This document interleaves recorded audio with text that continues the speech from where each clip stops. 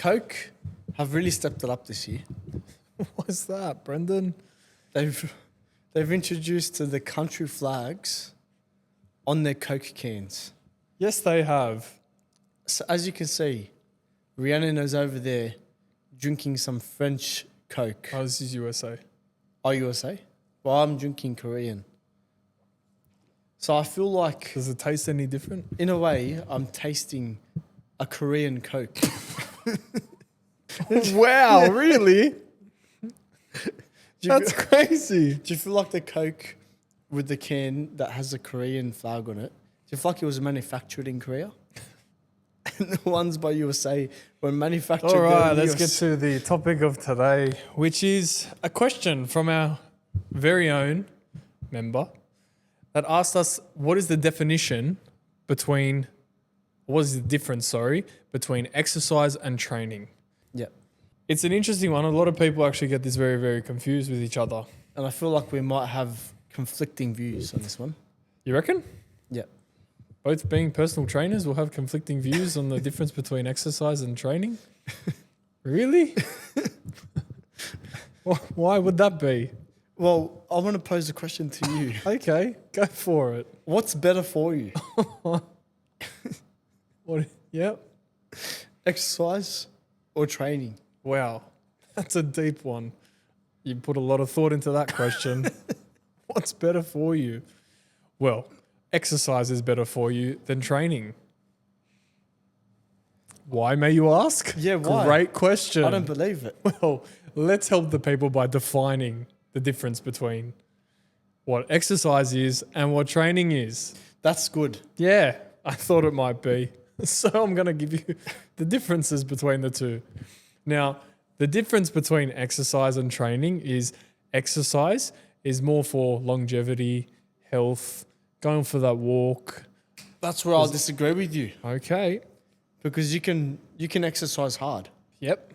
You can just go for a run, an unplanned run, and absolutely destroy yourself. Mm-hmm. Would you count that as training? Is there a goal backed behind it? I just said they just randomly went for a run. So if it's random, then it's not training. Yeah, but they killed themselves. But if it's random, then it's not training. Okay, so they just went into their local group class gym Yep. and they just jumped into a random class and obliterated themselves for 45 minutes. Mm-hmm. Is that exercise or training? Did they walk in with a potential goal in mind that they wanted to achieve? Because you wouldn't just obliterate yourself for no reason. Yeah, but to me that's exercise because there's no plan, there's Okay. no goal, and there's no structured way to get from X to Y. So if we're going to define okay. anything, I'm going to say that training, everything about training is you set a goal, you have a specific goal in your mind, Yeah. then you build a plan, a program around that goal that has a way to get from A to B. Yep. You know, you might have a 12-week program. Yeah. That means this 12-week program is going to get you from A to B in a specific time frame. 12 weeks, exercises based around that goal, with that goal in mind. Exercise is absolutely anything else that has no relation to it. Right. What am I here for? Would you agree with that? I'm asking you a question. What am I sitting here for? For the debations. Oh, so that's all I'm here for. So you ask the question, I give the reason, then you answer your question. Every podcast, it's exactly like that. Every time. And I'm sitting here going, am I just the punching bag for Brendan? Am I just the segue to his answer for his own fucking question? Yes, that's exactly what I am here on the Dynamic Podcast, is Brendan's segue to his own answers of his own questions. So yes, I completely wholeheartedly agree with what you say because you're right and you answered the question correctly from your own, You haven't Question. answered my question yet. which is what's better for you? What's better for I did define it. I was going down the path of defining it and you took over. So anyway, I was going to say that exercise is, yes, unplanned training. it's going in with the wholehearted goal of being obliterating yourself, right? And then you've got training. When you're focusing on a training session, it's a planned session. It's goal focused, and it's created around one specific goal or a couple of specific goals that you want to work towards, which is exactly everything that you just said. So my point is completely That's valid, good. but I think But I still haven't answered my question. okay. But there's a very, very broad question to ask someone. No, but this is what they're thinking What's right better now. for you? I believe that training is better for you because it's specified to a specific goal that you want to achieve. Whereas exercise can be done anytime, anywhere without any intention. So what's better for you? I just said it. Training. Are you fucking listening to me? Oh my God. I'm literally just sitting here at this point. Okay. If you believe that training is better for you, then why doesn't everyone just learn how to train? Because it's not that simple. I don't believe it's that simple just to start training, you know? You know how to obliterate yourself, but you don't know how to train for a specific purpose, train for a specific goal. So let's say that goal is you want to lose 10 kilos. Go hard. Just do everything. Do every exercise. You know? Go into a class, do every exercise, walk out. Perfect. But you're not training with intention. Does that make sense? Is that kind of how you wanted me to answer it? Or was there a way that you wanted me to answer it? Can that person still lose weight and get their goal? Of course. But it won't be as repeatable. Unless they smash themselves again. Well, that's the thing, right? You go into a group class setting, you go into these 8-week challenges, and you obliterate yourself for a short period of time. I'm going to stop saying obliterate. If you smash it, it sounds worse. Anyway, you go really hard. It's sounding worse every time I say it. You go hard at yourself. You go hard at yourself for 8 weeks, and that's it. That's all you know how to do is just that 8 weeks. So then in your mind, you're like, okay, sweet. I can just kick my feet up. And then when I need to do it, I'll just do it for another 8 weeks. But when it comes to training with purpose or training with an intention, with a specific goal, you learn along the way how to progressively get to that point or that goal that you've set yourself and post that goal as well. Because you've learned through a longer period of time, not a shorter period of time, a longer period of time, how to effectively get to set A goal and also B, how to maintain it afterwards. Because you've gradually built yourself up to that point. So if you wanted to do it again, you know that you'd have to maintain everything you learned through that training period as opposed to you just exercising, getting it done and then done. Makes sense. How would you define training then? Training to me is simply having a goal or setting a goal in your mind and then creating a program or plan that helps you get from where you are right now to said goal at a specific time frame.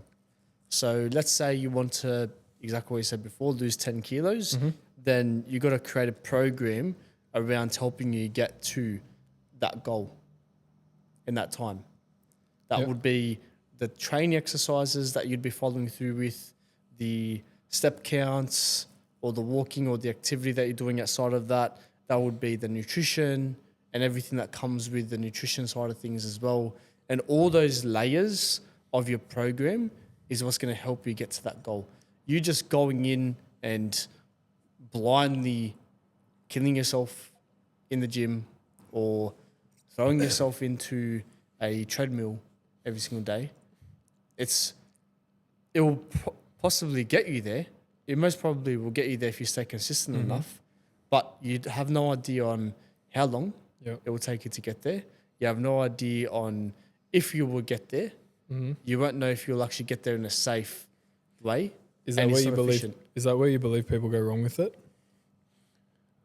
Because there's no roadmap. There's absolutely no. With a program or with a training program, you've actually got a roadmap. Week 1, week 2, week 3, all set out for you. You should know what to expect at each layer if you're following through with it consistently, right? if you're just exercising and you've got no training program behind you, you have no idea how long it's going to take you to get from point A to B. I'll give the people a little bit of an analogy to make it make sense to what the difference between exercising and training are. For everyone that is probably watching this, you all know about money and saving money. So let's just say we're saving money, right? When you're exercising, you're essentially just putting money aside randomly. But when you're training, you're budgeting, you're investing, you're focusing on forecasting or stuff like that. You've got a set amount that you're saving every single week. Correct. And you've calculated how much you need to save to get to X date. Yeah, that would be training. That would be training. Whereas the occasional, I'm just going to put $50 aside. Oh, I've got paid an extra bit of money. I'm going to put $100 aside this week. That's where it's just exercising. There's no intent to get to a certain point. So hopefully that helps you understand a little bit more about the differences between exercise and training. Do you have a waffle maker? Is a nice breaker. Do I have a waffle maker? What does a waffle maker have to do with exercise and training? Well, I was just thinking about the fact that I haven't had waffles in a long time. And when it comes to my training program, I need to make sure that I have an enjoyment foods in my nutrition plan. An enjoyment foods in my nutrition plans. Yes. Right. And one of the foods I was thinking about having was a waffle. Right. Do you have a waffle maker? Now, I don't have a waffle maker, but I like where you're going with this. And I'll help you here because I completely understand where you're coming from by wanting a waffle. Yes. Right now. At all times, right now on a podcast, but sure. So I think that what you're saying is, and this is just because you threw such a curveball, right? You don't want the boring, mundane Chicken rice broccoli. chicken rice broccoli, right? You And want push that. pull legs. Yes, correct. But unfortunately, that's what it takes in order to train towards a goal. Sometimes, hey, I'm not saying you can't have that waffle. Wait a minute. Hold on a second. I'm not saying that you can't have that waffle. Nah. Shut up. I'm not done. I'm almost there. Then you can waffle on as much as you want. See what I did there? I'm not happy about this one. If you consistently added waffles into your diet every single week and just exercised, would you believe that you would get the result that you wanted? If I was Just answer the fucking question, yes or no. No. Okay. Now, if you're training for a set goal and you throw in a waffle a week, do you believe that you'll be able to hit your goal? Yes. Because a lot of the time, something like the reps, the sets, the calorie counting, the amount of time that you're actually focusing on achieving that 10 kilo weight loss or 10 kilo muscle gain, whatever it is, it's going to take time, but it's also going to take sacrifice. So yes, I'm not saying that you can't have that waffle, but periodically here and there throughout the week, once a week or once a fortnight or once a month, it's okay to have that waffle. I'm saying waffle way too much. I got to put a counter on here for how many times we've said waffle. But I can technically have it every day if it fit my budget. Sure. Sure, Brendan. Guys, if you're out there and you want waffles every single day, just hit Brendan up because he will tell you how you can maintain waffles in your life. I'm going to put a full waffle counter, the amount of times we've said that word. Okay. So I feel like I've been listening to this whole podcast from a client perspective, Okay. right? And the one thing I still don't understand is what actually comes with training. We've mentioned programs and everything that comes with getting someone from point A to B, and obviously having that set plan. So right now in their minds, they're thinking, okay, there must be some system and roadmap that I'm following, that in each week, if I'm following the program, I should know where I'm going to be. For example, like by week 4, you should be at 2 kilo loss for weight loss, as a random example, right? Yep.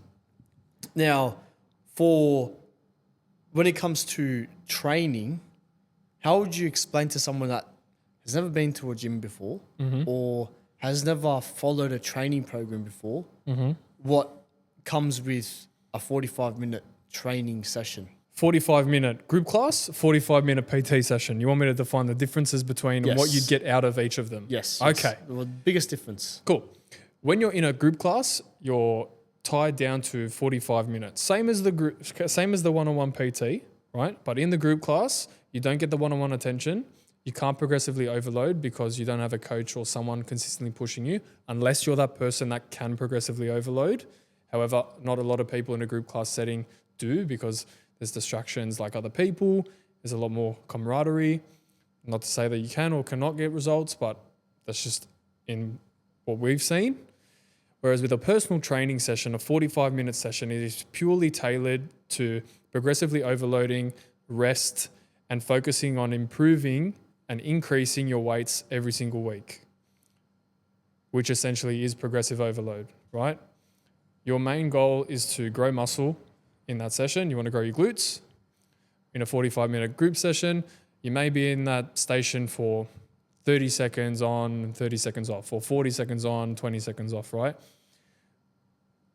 You're only getting a specific amount of time for each muscle. Whereas in the PT session, you're solely focusing on a targeted amount of reps and trying to improve the strength of that specific the glutes, right? The glutes. You're trying to improve the amount of reps that your actual glute can withstand and the endurance of that muscle. Trying to stretch those fibers of those glutes as much as possible with time under tension and slowing the reps down. You can't do that in a group class. It's rushed, it's quick, it's fast. And again, I'm gonna preface this. You can get results in a group class setting, but not as effectively as you wish or as you can with the 45-minute PT session. Does that answer your question? If it doesn't, I'd love to hear your answer as to why I didn't explain it correctly. So I feel like I would be still a little bit confused. You know, if I'm a client watching this right now, I'd be like, I still don't understand what the difference is between exercise and training. I kind of know now that training is going into a gym or even just following a program that I can do at home or at the gym or at the local park, wherever the facility is that I'm doing it at, but following it with a program. And usually a program follows with doing the same things over and over again for a specific time frame and tracking my progress, which means every week I'm trying to up the weights or up the reps or up the sets. Now, an exercise session is basically none of that. You're not really tracking. You're not really focusing on a program, and you're changing it up every single week, right? Why does that not get results? Because it's not consistent. It's not boring. It's not mundane. Unfortunately, that's how you get results, by repetition. Repetition is king. And I don't think a lot of people understand how important repetition is. Because if, as an example that we brought up before, glutes, if you're doing a hip thrust week 1 and then week 2 you're doing Romanian deadlifts and then you're going back to hip thrusts 3 weeks later because your coach has designed an exercise for a different part of the glute every single off week, then how are you going to gain strength or how are you going to gain any sort of result from not doing the repetition of that one exercise? How are you going to see that change? And then after a certain period of time, after you've developed that repetitive, mundane, boring exercise of just doing hip thrusts and you've improved to a max of 120 kilos, let's just say, right? A lot more people have done more. I'm just giving you an example. Right, once you've hit that cap and you can't do any more, then you would integrate another part of the glute or another exercise for the glutes to help improve that main exercise.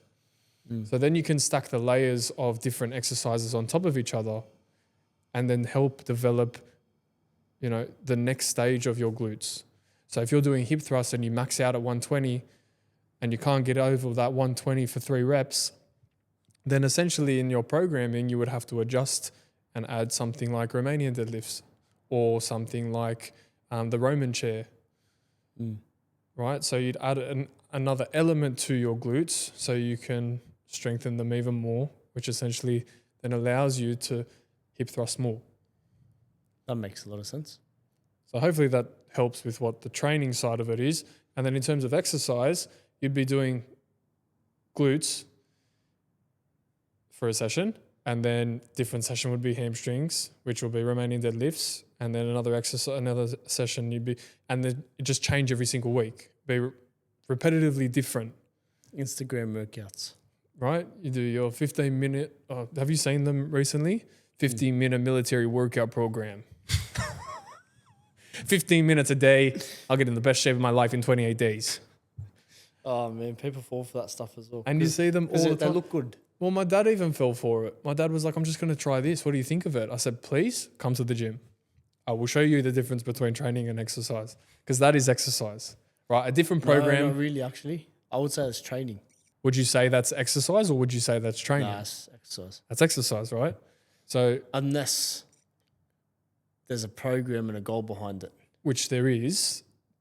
Yeah, but if there's intention behind it, Ah, okay. Then So there's- this is where the curveball comes into play, right? There's So you can set, okay, you can do, let's say the goal behind that military thing is to be able to do 50 push-ups and 50 pull-ups by the end of it, but your exercises are changing every single day. If every exercise is still helping you with the push-ups or helping you with the pull-ups, Yep. I would still say that's training. But yes, because there's a program in the background. Yeah, but the training goal is push-ups, pull-ups, or whatever the fuck it is. Okay. So yeah, that's right. I think that Training is purely having a goal and it's creating a program that helps you get to that goal. That's legit all it is. yeah. Okay. 10 kilo weight loss program, training. Okay. So to finish off, yes, you would go to a PT to if you're not bothered to do all that tracking and all the progress and push yourself, then that's where the PT comes in. To do it for you. Do it for you. So, you now know what training and exercise is. Now go train. Perfect. And if you don't know where to start, then reach out to someone like us. Where would they reach out to us, Brendan? 0489 089 430. Oh, Call him. Call me. And if you can't call or you don't want to because it's very intimidating, but here's the number, right? I'll put it on the screen, right? Fuck. Go to our email, which is accounts, accounts at dynamicpt.com.au. Yes. Yes. And dynamicpersonaltraining.com.au website. That's our website. Yes. Say the website, then tell everyone it's a website because that's now you know what it is after the fact. See you in the next one. Ciao. Like, comment, and subscribe. You didn't say that. You got to say that. Subscribe to us. No, make sure that you like, comment, and subscribe. Make sure you like, comment, and subscribe. Send it to your family.